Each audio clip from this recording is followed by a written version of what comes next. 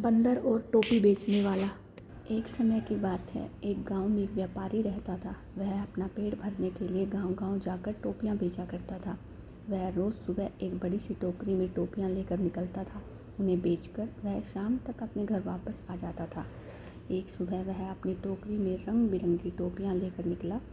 एक गांव में टोपियां बेचने के बाद वह दूसरे गांव की ओर जा रहा था। चलते चलते वह बहुत थक गया था। उस रास्ते से गुजरते समय एक जंगल भी पड़ता था। जंगल में उसे एक बरगद का पेड़ दिखाई दिया।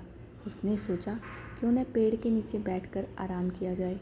व्यापारी बहुत थका हुआ था। उसने टोपियों से भरी टोकरी को नीचे रख दिया, फिर सिर से टोपी को उतार कर नीचे रखा, गले से गमछे को उतार कर ज़मीन पर बिछा दिया और उस पर लेट गया।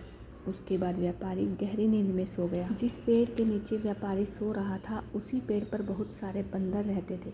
व्यापारी के सोते ही बंदरों ने उसकी टोकरी पर हमला बोल दिया। बंदरों ने रंग बिरंगी टोपियों को लेकर खेलना शुरू कर दिया। कई बंदरों ने टोपियों को हाथ में भी पकड़ रखा था। बंदरों की उछल-कूद से वहाँ शोर हुआ तो व्यापारी की नींद खुल गई। नींद खुलते ही व्यापारी के होश उड़ गए। उसकी टोकरी से सारी टोपियाँ गायब हो चुकी थी। सभी बंदर हाथ में टोपी लिए हुए व्यापारी की ओर देख रहे थे। व्यापारी ने ऊपर बंदरों की ओर देखा तो उसे सब समझ आ गया। व्यापारी परेशान हो गया। वह सोच में पड़ गया कि अब टोपियाँ न बेच पाने के कारण उसका कितना नुकसान हो जाएगा। यही सब सोचते हुए वह अपना सिर खुजाने लगा। उसे ऐसा करता देख बंदर भी अपना सिर खुजलाने लगे।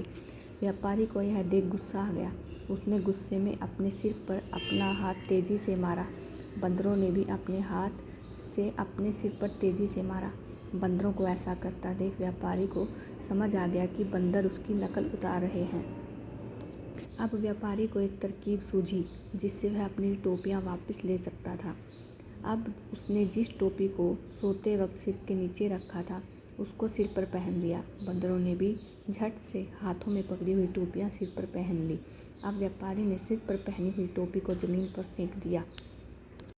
बंदरों ने भी व्यापारी की नकल उतारते हुए अपने सिर पर पहनी हुई टोपियाँ ज़मीन पर फेंक दी। व्यापारी की तरकीब काम कर गई। उसने जल्दी जल्दी सारी टोपियाँ इकट्ठी की। टोकरी में सभी टोपियों को रखने के बाद व्यापारी वहाँ से तुरंत उन्हें बेचने के लिए दूसरे गांव की ओर चल दिया।